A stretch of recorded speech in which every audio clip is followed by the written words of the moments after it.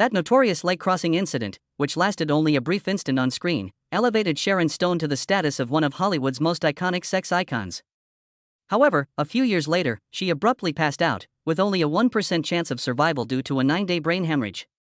A miracle took place. She lost everything, but she survived. Her walking ability, her memory.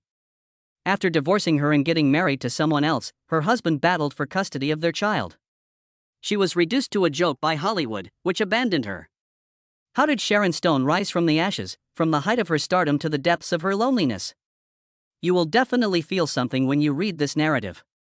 The date of Sharon Stone's birth was March 10, 1958. In the little Pennsylvanian hamlet of Meadville, where factories and boundless farms dominated daily life. She was raised in a modest household as the second of 4 siblings, with her mother, Dorothy, balancing the jobs of homemaker and accountant, and her father, Joseph Stone, working as a factory worker. Although they were not wealthy, that was never the main issue. Sharon was unique from a young age. She was able to talk and walk before turning 1 year old. Her remarkable intelligence was soon acknowledged by everyone in her immediate vicinity. She was a real genius with an IQ of 154 on an IQ test. But her loneliness simply deepened as a result of that genius. In addition to being the smartest kid in the class, her peers thought she was the oddest. She was called a bookworm by her friends, who made fun of her. An oddball. Although Sharon gradually came to terms with her loneliness, she never lost the sense of alienation. She was rejected by the outside world, but her house was a much darker realm. Sharon was plagued by a horrible secret that she was unable to tell anyone, which kept her in continual anxiety for years. Because of her grandfather's abuse, she lived a lone, agonizing childhood that was characterized by anxiety and fear. She forced herself to forget as if it had never occurred, burying the memories deep in order to survive. However, such pain never goes away. It simply waits for the ideal opportunity to reappear. The terrible recollections didn't resurface like a long-buried nightmare until years later, during therapy. This terrifying reality was first made public by Sharon in her memoir, The Beauty of Living Twice. She had been threatened in addition to being mistreated. Her grandfather would kill her if she ever voiced her opinion. She had no one to turn to and nowhere to go as a child. It was a daily struggle for survival. A struggle against terror every night. Sharon's grandmother took an unexpected action when her grandfather passed away. After locking the door, she made Sharon and her sister stand and gaze at his corpse. No tears, no explanation.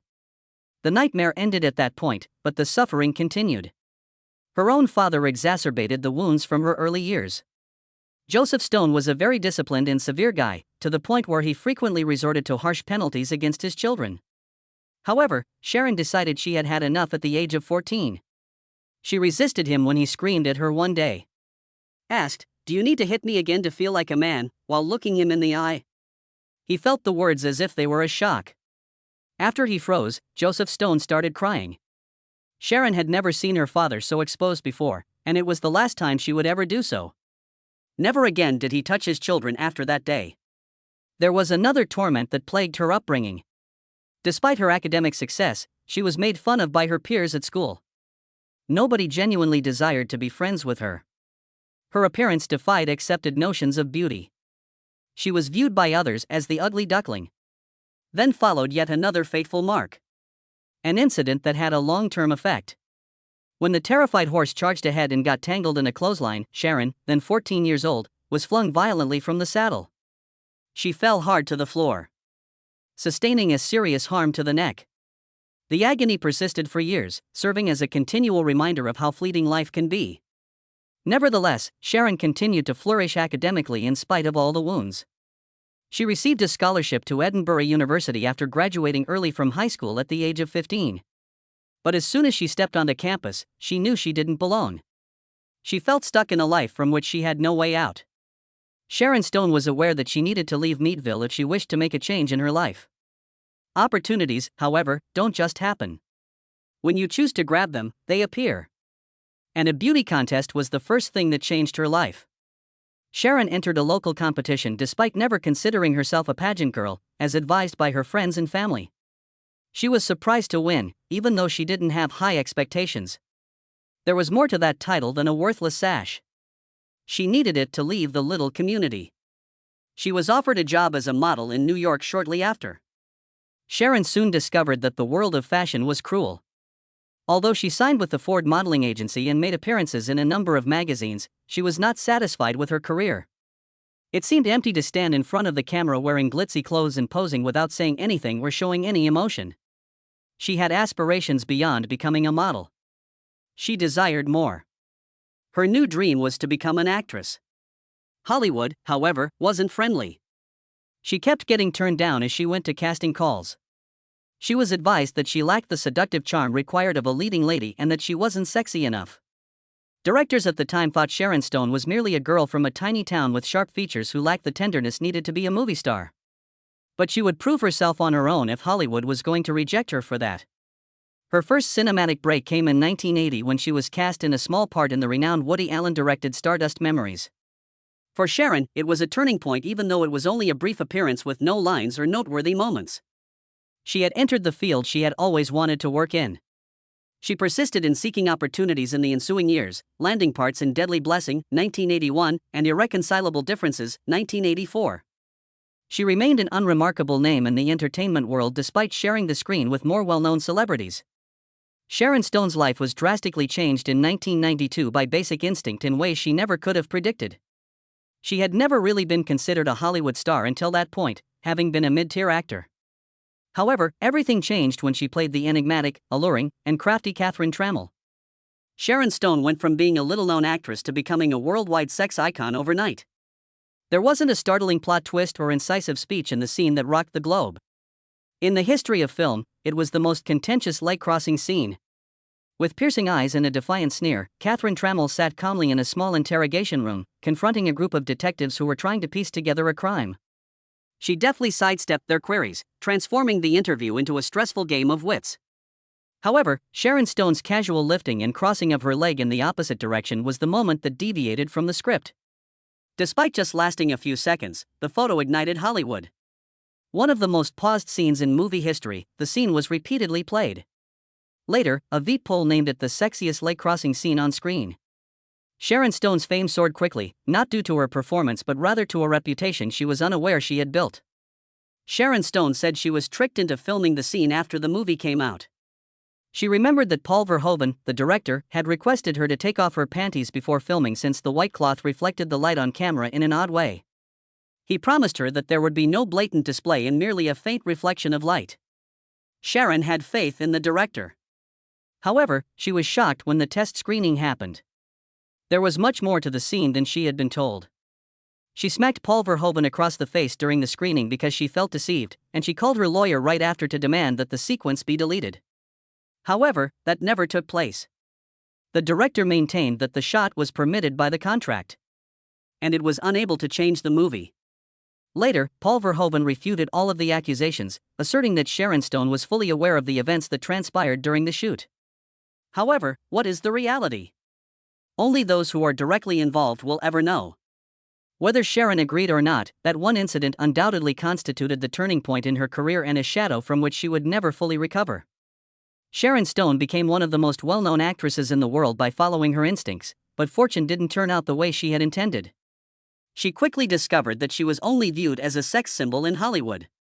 Sharon was aware that she needed to generate her own opportunities if she wished to be known as a serious actress.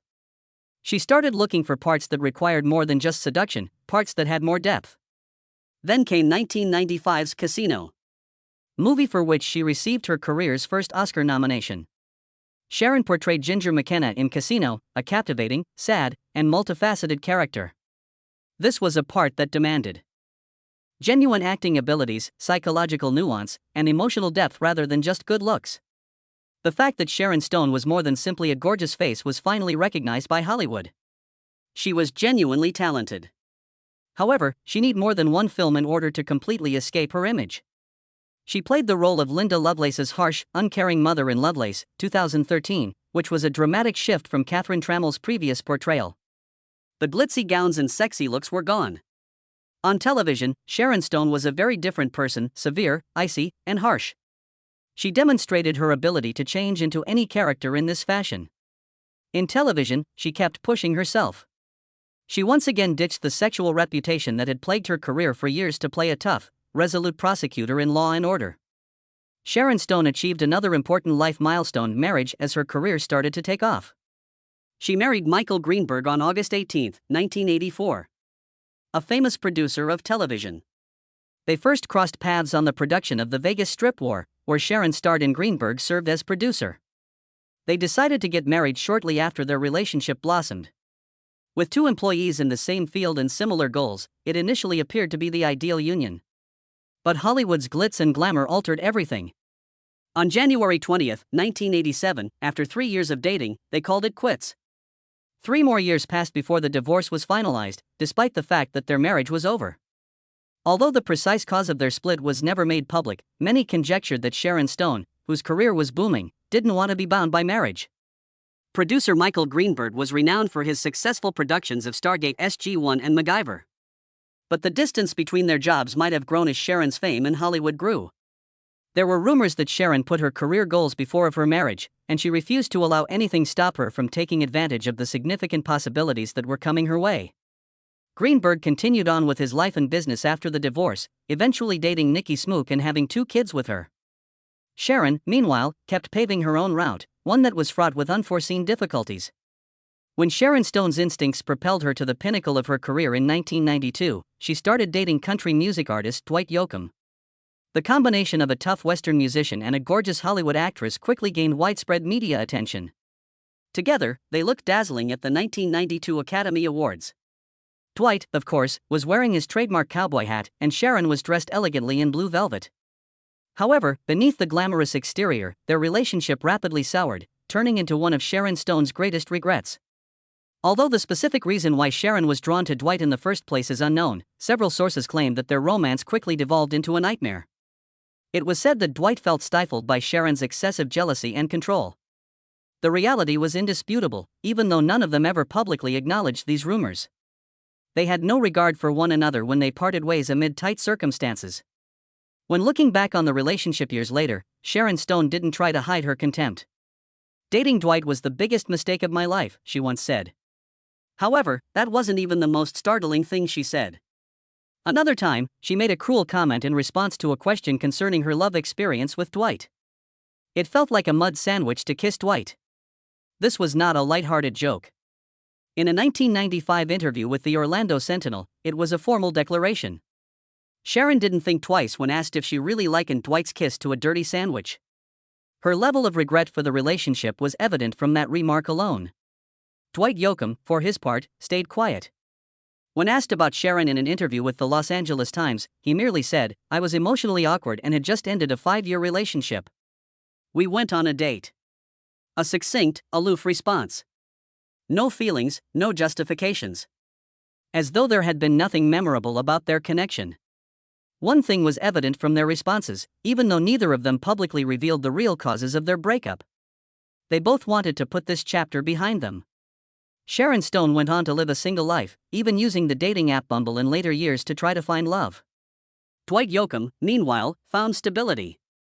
After dating for 10 years, he wed photographer Emily Joyce in 2020. Both Dwight Yoakam and Sharon Stone have obviously moved on for a long time. However, it appears that this wasn't simply another split based on how they handled their failed romance, particularly Sharon's stern remarks. She had a lot of regrets about that period of her life. Regretfully, Sharon Stone will have partnerships that caused her more suffering than joy in the future. Sharon Stone immediately started dating movie producer William J. McDonald after splitting from Dwight Yoakam. It was more than just dating this time. Seemingly prepared to move forward with marriage, they became engaged. Although this relationship seemed to be a more stable phase in Sharon's romantic life, it ended in a similarly tumultuous manner. In 1993, while working on the movie Sliver, which McDonald was producing, Sharon and William got to know each other. But when their romance developed rather than how was the issue. William McDonald and his wife, Naomi Baca, had just been married for 5 months when he first met Sharon. The question of whether this was genuine love or merely an affair masquerading as something legal was unavoidably raised when this instantly turned Sharon and William's relationship into a scandal. William's decision to leave his marriage for Sharon and make their relationship public was swift. Not everyone, including McDonald's ex-wife, was happy when word leaked out about their engagement. The silence was not maintained by Naomi McDonald. Rather, she publicly referred to Sharon Stone as a homewrecker. In a scathing interview on the tabloid program A Current Affair, Naomi said, "She's cruel and heartless. My dream was stolen by Sharon Stone. My spouse was taken by her." Sharon became the focus of public attention after her charges caused a media frenzy. A spokesman for Sharon Stone stood up for her in the face of growing criticism, claiming that the actress had not dated McDonald until after he filed for divorce. The answer, though, wasn't very compelling. People had many reasons to be skeptical because everything happened so fast, from McDonald's divorce to his engagement to Sharon. But maybe there were other people in this relationship with ulterior intentions besides Sharon. Producer William McDonald wasn't your typical producer. He recognized the influence of celebrity. He could have been able to advance his career by getting involved with the sexiest Hollywood actress at the time. Or, at minimum, attract public notice. Was he merely using Sharon's notoriety to gain attention, or did he really love her? Although there was no clear evidence, it's difficult to ignore suspicions when a man deserts his wife after only 5 months of marriage in order to become engaged to a well-known movie star. Their relationship didn't survive long, regardless of the reasons behind it. If their relationship was contentious, Sharon and William's 1994 breakup was much more acrimonious because it happened less than a year after their engagement.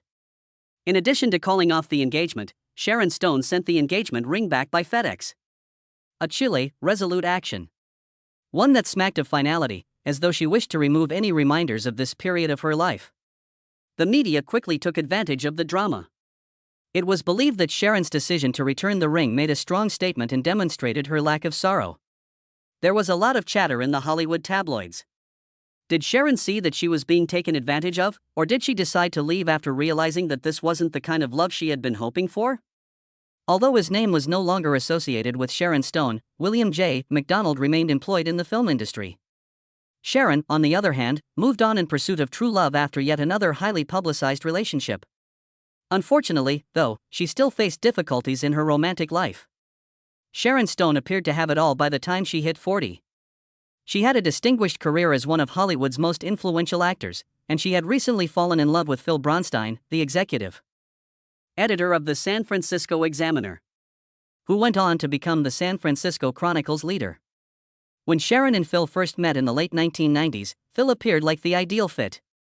He was successful, smart, attractive, and exuded the charisma of a strong man. As soon as they appeared together, the two attracted media attention, making them one of Hollywood's golden couples. They were married in a grandiose, fantasy-like ceremony on February 14, 1998. It was referred to be a dream romance by the media, and for Sharon, it signaled the start of the familial bliss she had always desired. However, beneath the glitzy exterior, she suffered from emotional and physical suffering during her time with Bronstein. Despite her desire to have a biological child, Sharon's body had failed her.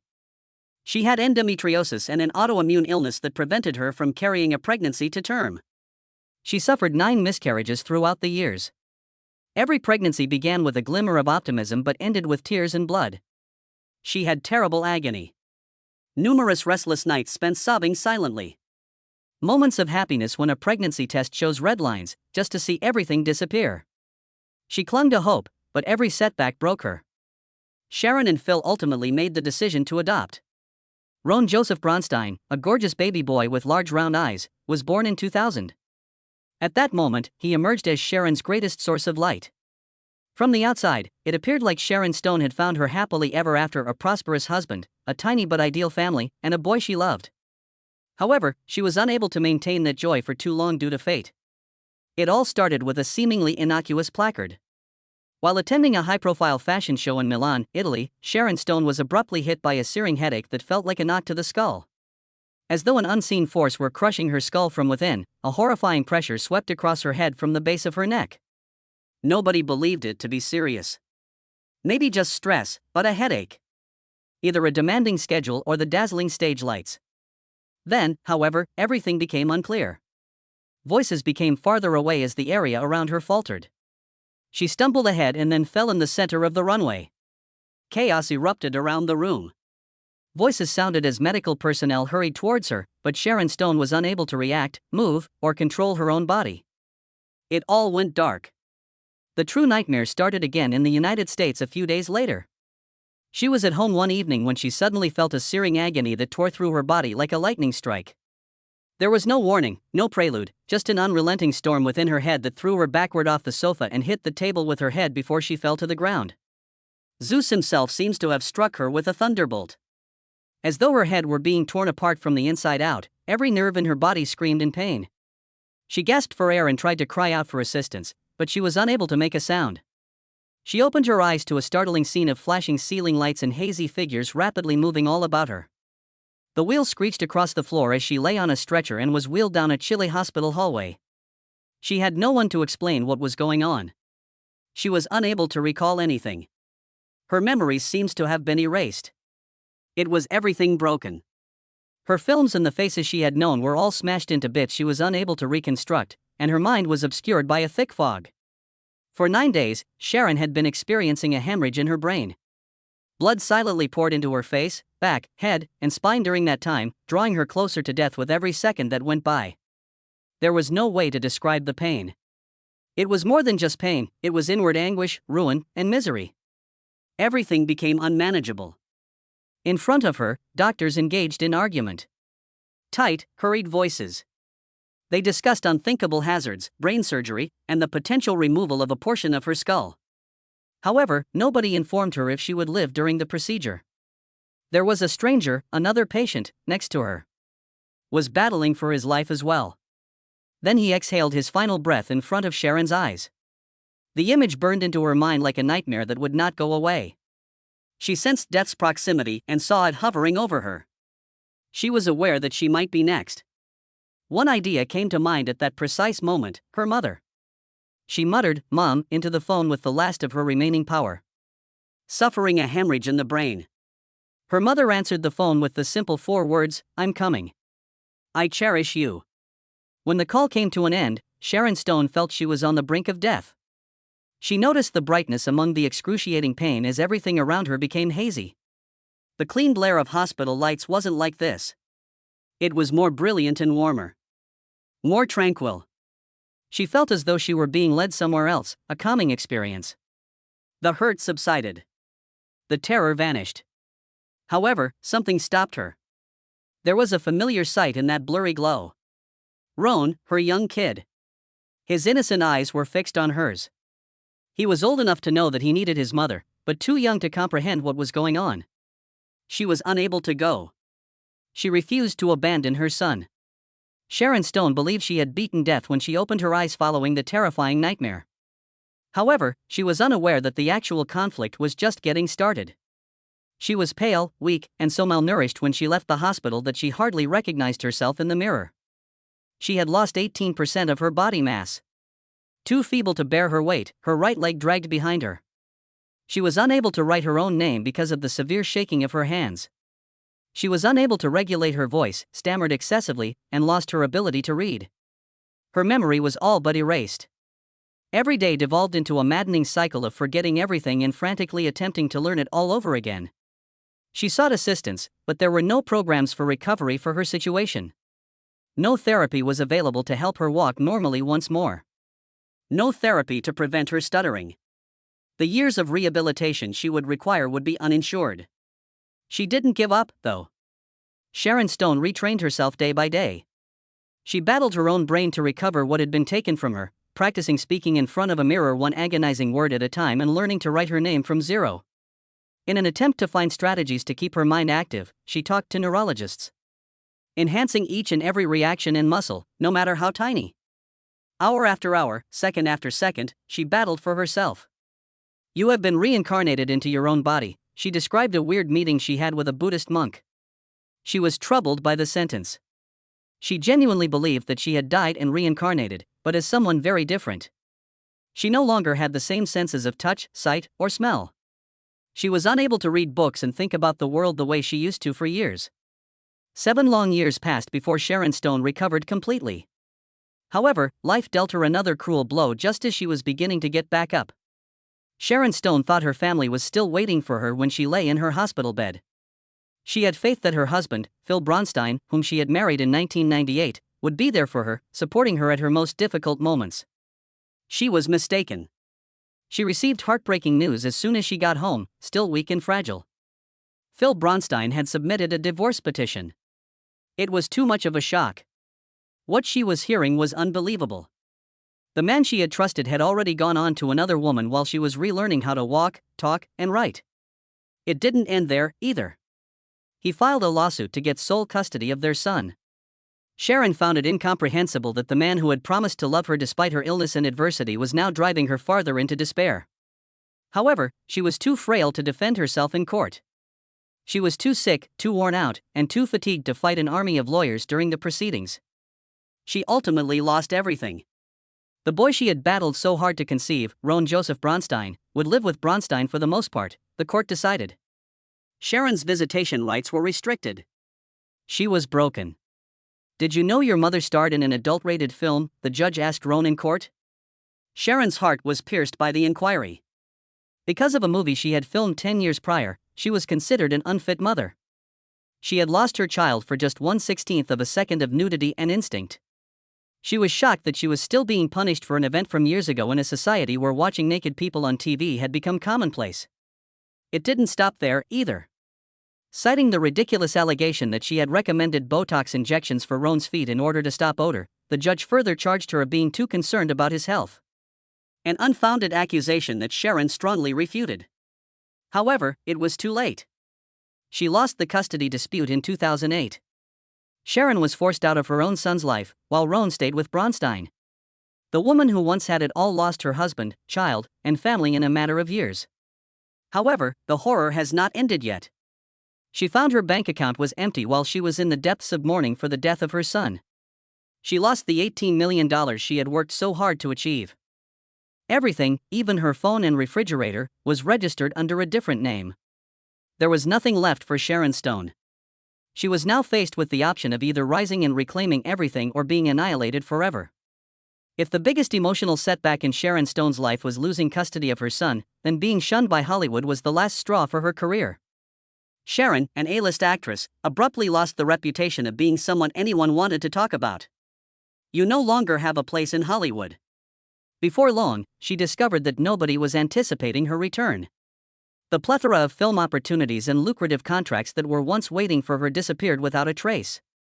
She was no longer wanted by the producers and directors who had once coveted her and referred to her as their muse. Additionally, she encountered icy, unforgiving rejections when she attempted to look for new opportunities. "You aren't a box office attraction anymore. You're too elderly to hold a prominent position. A younger face is what we need." In addition to being passed up for possibilities, Sharon was made fun of by her peers and the media. The tabloids made fun of her demise by portraying her as a faded star and a washed-up sex symbol. Even worse, the few parts she was given were unmemorable, unimportant, and did little to advance her career. She took whatever script that came her way in an attempt to stay relevant, but this simply made her more of a Hollywood flop. Catwoman, 2004. A box office flop that critics are tearing apart. It was thought that Sharon's nasty character was weak and absurd. Instinct Basic 2. 2006 was a huge disaster despite a last-ditch effort to regain previous grandeur. The movie was criticized for being outmoded and useless, and it ended up being one of the decade's biggest failures. Although Bobby, 2006, was a well-received movie, her role was too minor to have a significant effect on her career. None of her pictures were a real hit in the years that followed.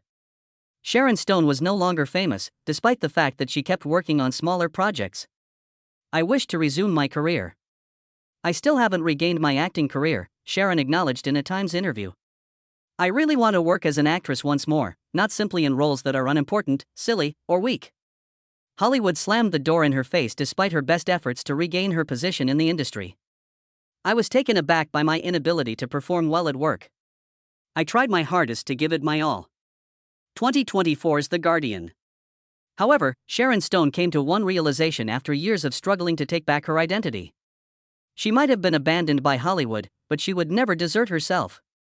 She discovered a new career path in art rather than film, and she started showing her paintings in a gallery in San Francisco, demonstrating that she could shine without Hollywood. She also made it her mission to support women, especially those who have been harmed and marginalized by society. Sharon Stone transformed from a marginalized actor to a role model. But despite her might, she was unable to get rid of one persistent ache.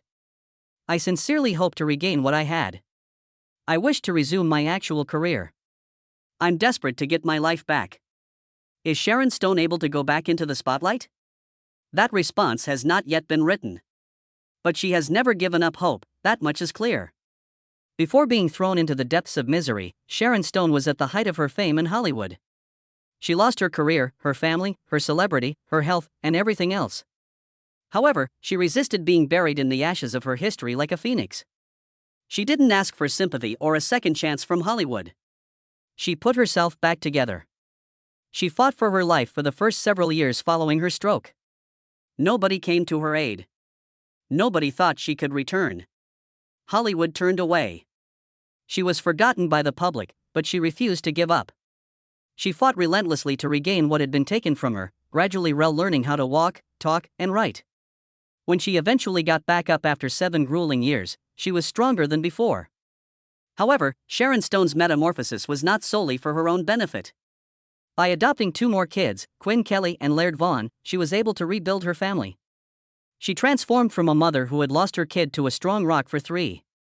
She no longer required approval from Hollywood or the label of sex symbol to define herself. In addition to being a mother, she was also a survivor and a warrior. Sharon Stone changed the globe with her celebrity. She used her voice for something bigger when Hollywood was ready to let her go. She raised more than $34 million for medical research, making her one of the most well-known activists in the fight against HIV/AIDS. She battled for the voiceless, created schools, and helped homeless kids. But there was a cost to sticking up for others. She lost movie deals as a result of her advocacy for HIV/AIDS awareness. She was labeled as tough by Hollywood. However, this time she didn't require their consent. At one point, she had struggled to survive. She now battled to improve the world. At one point, Hollywood dismissed Sharon Stone as a mere sex icon when they no longer required her. However, they overlooked one point. She was never merely a representation. She fought. After being reincarnated, Sharon Stone was stronger, more determined, and more powerful than before, thus she no longer needed to recover what she had lost. Sharon Stone is no longer a relic of a bygone sex icon or the lady who was deserted by Hollywood. She has returned to the screen at the age of 67 with a new identity that is stronger, more profound, and not limited to the image that used to define her. She has discovered a new chapter in her life, one of independence, art, and genuine peace after all the fame, setbacks, and falls. Playing Linda Tarleton in the 2024 movie What About Love marked Sharon's comeback, but she didn't stop there. She is currently in post-production for 2 major projects in 2025, Memoriam, in which she plays Vicky, and Nobody 2, in which she plays Lendina. These endeavors demonstrate not only her tenacity in the motion picture business but also Hollywood's inability to ignore Sharon Stone indefinitely. But she no longer only concentrates on acting. In recent years, painting has become an integral part of her life. Her pieces have been shown in big places including Berlin, Los Angeles, and San Francisco. She will soon have an exhibition at Arapaces, Rome, one of the most prominent art galleries in the world. She once created cinematic masterpieces using her body and facial movements, but these days she utilizes a paintbrush to portray her stories in a more profound, intimate, and freeing way. In addition to her artwork, Sharon Stone's public appearances also symbolize her rebirth. At the 42nd Turin Film Festival in November 2024, she received the Stella della Mall Award in recognition of her enormous achievements to the film industry. This occasion wasn't merely another significant turning point in her career. It demonstrated how resilient she was. A woman who was once turned down by Hollywood is now reclaiming her heritage and standing boldly. She enthralled the crowd on the red carpet wearing a gorgeous red gown by designer Tony Ward with a cape embellished with 3,000 silk organza flowers. She was not a trend follower. The moment was her. Sharon's stunning appearance at the 82nd Golden Globe Awards in January 2025, just a few months later, grabbed headlines once more. Her appearance was a strong statement rather than merely a fashion statement. Sharon Stone remains here. She is still radiant. She truly is a legend. Above all, though, Sharon Stone has discovered inner serenity. She came to the realization that fame and love are not the keys to happiness after everything she had experienced. I've had enough of dating. I'm content by myself. Loneliness isn't it. It's liberty. Her life is already complete in its own right, therefore she no longer needs a man by her side to feel whole. She feels that her late father is still with her, a presence so powerful that she is certain spirits never really go away, and spirituality has also become a guiding factor in her life. According to Sharon Stone, the world is far larger than what is visible to us, and certain relationships are timeless and impervious to time or location. She now lives by a straightforward but profound philosophy. One can choose to be happy. You need to practice it daily. She does not wait for good fortune or linger on the past. She gradually generates her own happiness each and every day. Sharon Stone is more than simply the sex icon who once astounded the world or a former Hollywood star. She is powerful, unstoppable, and unbreakable, a phoenix reborn. After being restricted to provocative jobs, she went from being a sensual icon to a lady who lost everything: her family, profession, popularity, and health. From a Hollywood-forsaken queen to a fighter who, with sheer willpower, battled destiny. Sharon Stone, however, didn't end there. She not only made it through, but she came back stronger than before. Sharon Stone is no longer solely remembered as the sexy queen of the 1990s. She instead serves as a representation of fortitude and a character that defies hardship. She lost everything. However, she got back up, took back her identity, and created her own narrative rather than giving up. A tribute to hardship, tenacity, and an unwavering will to never give up, Sharon Stone's biography is more than just that of a Hollywood actress.